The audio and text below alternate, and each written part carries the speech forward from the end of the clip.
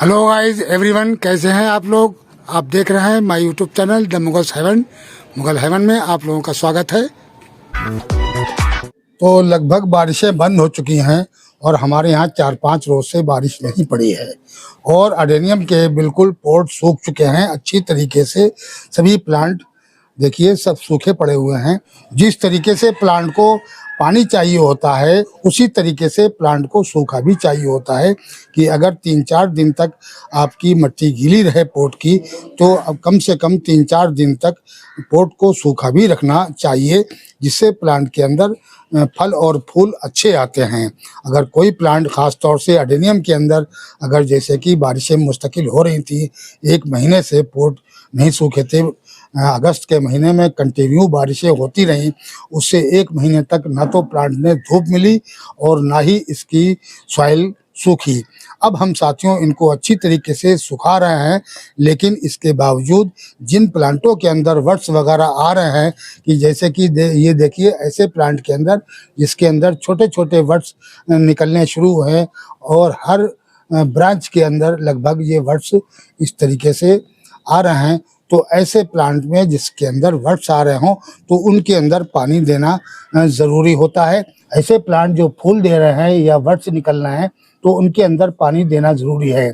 तो पानी किस टाइम पर देना चाहिए ये देखिए, इस तरीके से जब आपके पोट में जो ये कोडेस है ये शिलिंग होने लगा है और जब कोडेस शिलिंग हुआ है तो इसने जगह छोड़ दी है और इस तरीके की पोट के अंदर दरार पड़ गई है, मिट्टी अलग हो गई है और कोडेस अलग हो गया है। तो अब इसके मतलब है कि अडेनियम को हमारे पानी की ज़रूरत है और ऐसा प्लांट जिसके अंदर कलियां आ रही हो या फूल खिल रहे हो तो ऐसे प्लांट के अंदर आप फौरन इसके अंदर पानी डाल दीजिए।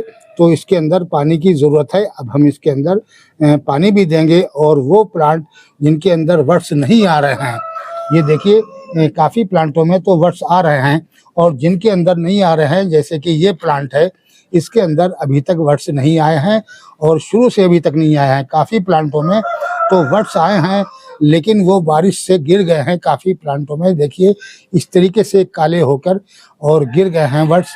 तो सभी प्लांटों के अंदर लगभग वर्ड्स आ रहे हैं, लेकिन कम से कम ये 2-3 प्लांट ऐसे हैं कि जिनके अंदर वर्ड्स आए ही नहीं हैं अभी तक। एक तो ये प्लांट है और दूसरा ये प्लांट है और तीसरा ये प्लांट है। इन तीनों प्लांटों की ग्रोथ बहुत अच्छी हो रही है और इसके अंदर पत्ते बहुत अधिक हो गए हैं और इस वजह से इन प्लांटों के अंदर वर्ड्स नहीं आ रहे हैं। तो इन प्लांटों में हम कुछ पत्ते भी इनके कम कर देंगे और इनके अंदर कुछ ऐसा फर्टिलाइज़र देंगे जिसके डालते ही इसके अंदर फ़ौरन वर्ड्स आने लगे और ये प्लांट भी फ्लावरिंग करने लगे, क्योंकि ये महीना फ्लावरिंग का है और इस महीने में अगर फूल नहीं आए या कलियां नहीं आई किसी प्लांट में तो उसकी ग्रोथ बहुत तेज़ी के साथ हो रही है। वो नाइट्रोजन उसके अंदर पोट में ज़्यादा है, इस वजह से उस प्लांट के अंदर कलियां वगैरह नहीं आ रही हैं।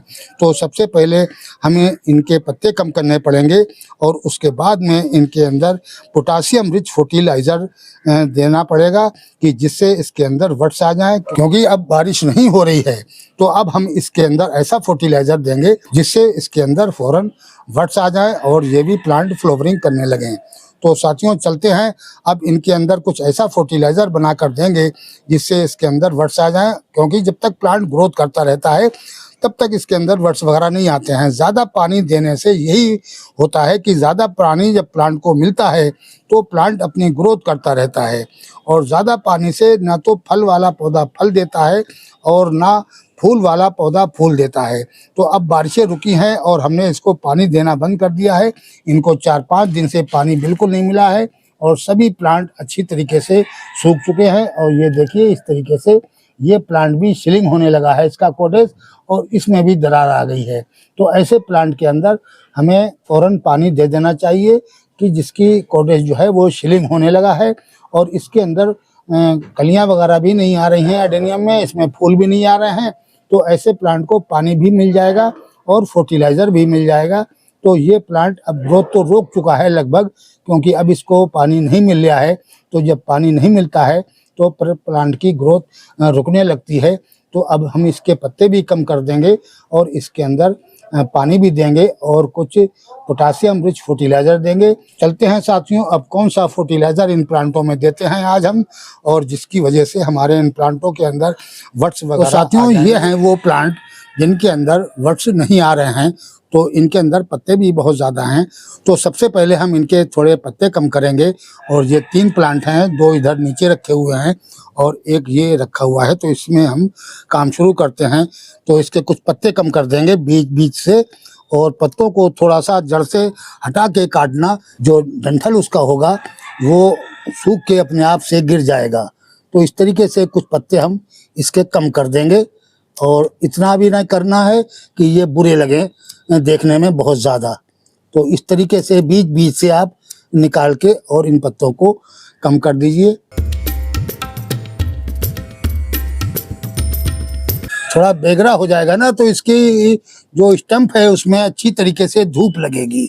शाख नहीं मिलती है ब्रांच को, तो तब भी फ्लावरिंग थोड़ी कम होती है।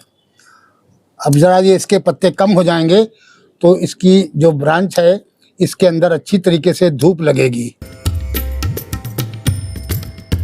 पत्ते असल में जब तक बरसात हो रही है, जब तक इसके अंदर पत्ते नहीं निकालने चाहिए, क्योंकि पत्ते ही पानी को ज़्यादा पीते हैं, और जब प्लांट के अंदर पत्ते नहीं होंगे तो बरसात का जो पानी आएगा वो प्लांट नहीं लेगा, और जब प्लांट नहीं लेगा तो वो गमले में भरा रहेगा, उससे रूट रोट होने का खतरा बढ़ जाता है।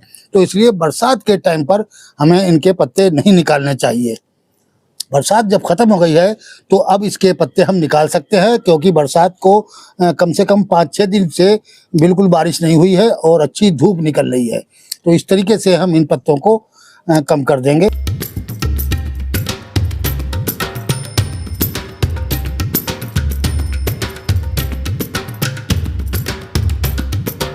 जो है काफ़ी बेगरा हो जाएगा और धूप ब्रांच को लगने लगेगी।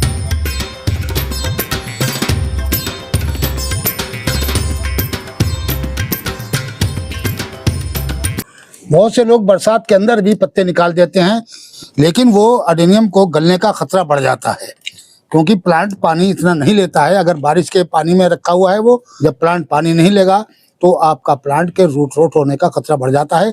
इसलिए बरसात के पीरियड में जिस टाइम पर पानी ज़्यादा पड़ रहा हो पोट के अंदर, उस टाइम पर जितने ज़्यादा पत्ते होंगे उतने ही ज़्यादा आपका पानी अब्जॉर्ब करेगा प्लांट, और पत्ते नहीं होंगे तो प्लांट पानी नहीं लेगा और वो पोट के अंदर भरा रहेगा।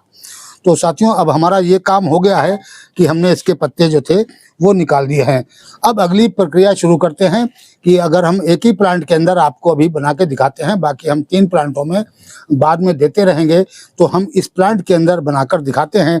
तो ये आप एक गिलास लीजिए और इसके अंदर हम डालेंगे ये साथियों, ये आलू का एंजाइम है। ये आलू का एंजाइम हम इसके अंदर डालते हैं। आलू के एंजाइम के अंदर भी काफ़ी मात्रा में पोटाशियम होती है। तो हमने ये देखिए 2-3 टीस्पून के करीब हमने ये आलू का एंजाइम लिया है, और इसी के अंदर हम डालेंगे ये है केले का एंजाइम। ये भी लगभग 3 महीने का हो गया है, अभी हमने जल्दी डाला है, इसको भी 3 महीने हो गए हैं। अब ये प्लांट में डालने के मतलब का लगभग हो गया है, तो इसको भी हम इतना ही डाल देते हैं। ये देखिए,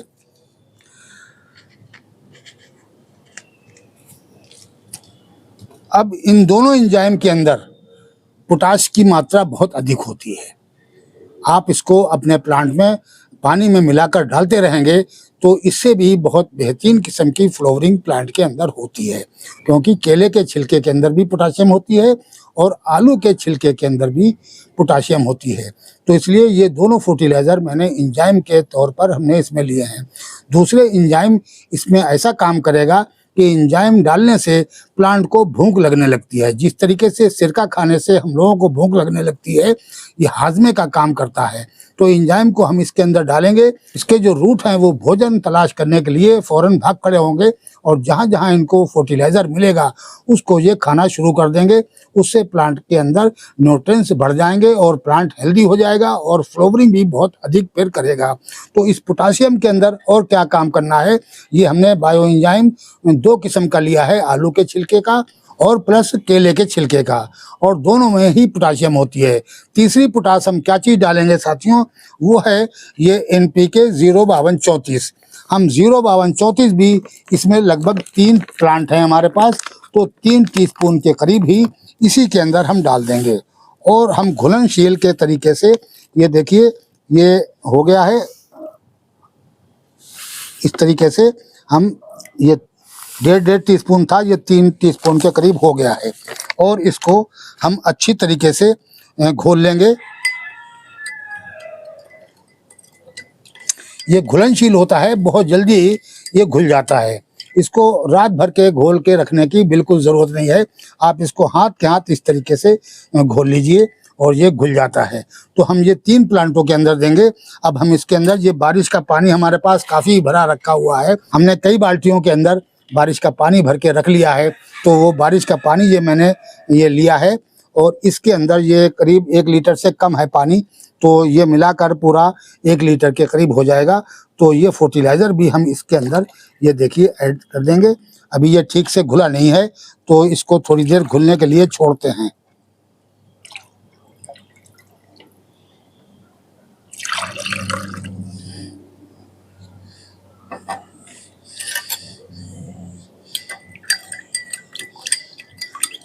और जब तक हम अपने प्लांट की गुड़ाई कर लेते हैं। गुड़ाई के बगैर कभी भी फर्टिलाइज़र इस तरीके से ना डालें, ये क्योंकि ये पपड़ी बन जाती है बारिश के पानी से। इस वजह से हमें इसकी मिट्टी की गुड़ाई कर देनी चाहिए, ताकि रूट को अच्छी हवा लगती रहे और उससे प्लांट जो है, रूट को ऑक्सीजन मिलती रहती है बाहर की, तो रूट अच्छे चलते रहते हैं और प्लांट अच्छी ग्रोथ करता रहता है। तो हमने इस तरीके से इस प्लांट की गुड़ाई कर ली है। अब ये लगभग घुल गया होगा, तो इसको हम इसके अंदर इस तरीके से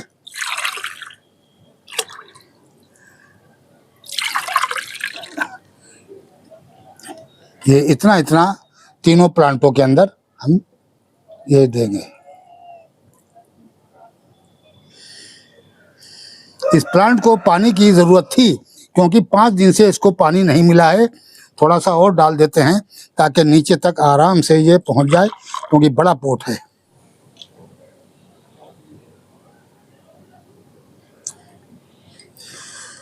तो साथियों, इस तरीके से आप अपने प्लांट के, अगर पत्ते वाला प्लांट है जिसके अंदर पत्ते आपने बरसात में नहीं निकाले हैं, तो उनके अब पत्ते निकाल दीजिए, क्योंकि बारिशें बंद हो चुकी हैं। अब पत्ते निकाल के और आप इस तरीके से ये फर्टिलाइज़र बनाकर अपने प्लांटों में दें। फिर देखिए आप के प्लांट के अंदर कितने जल्दी बर्ड्स आते हैं और कितनी बेहतरीन किस्म की आपके प्लांट में फ्लावरिंग होती है। तो साथियों, ये हमने फर्टिलाइज़र दे दिया है। अब हम ये इन 2 प्लांटों में इसके बाद में दे देंगे। इस तरीके से मैंने अपने इन तीनों प्लांटों के पत्ते भी निकाल दिए हैं और इनको फर्टिलाइज़र भी दे दिया है। और एक काम और करना है, बहुत ज़रूरी है कि जब भी आप इस टाइप का कोई फर्टिलाइज़र दें, तो साथियों शाम के टाइम देना चाहिए। और हमने पत्ते भी काफ़ी मात्रा में निकाले हैं, ये देखिए काफ़ी मात्रा में पत्ते इसके निकले हैं। और अब ये बेगरे हो गए हैं और इनकी ब्रांचों को धूप भी अच्छी लगेगी। अब ये अच्छी तरीके से फ्लावरिंग कर सकते हैं, क्योंकि हमने इसके अंदर अब पोटासियम रिच फर्टिलाइज़र दे दिया है। अब इनको धूप भी प्यारी लगेगी और फर्टिलाइज़र भी मिल गया है। और ये खुली धूप में जब 8 घंटे की लगेगी, तो फ़ौरन इसके अंदर वर्ड्स आ जाएंगे और ये प्लांट फ्लावरिंग करने लगेंगे।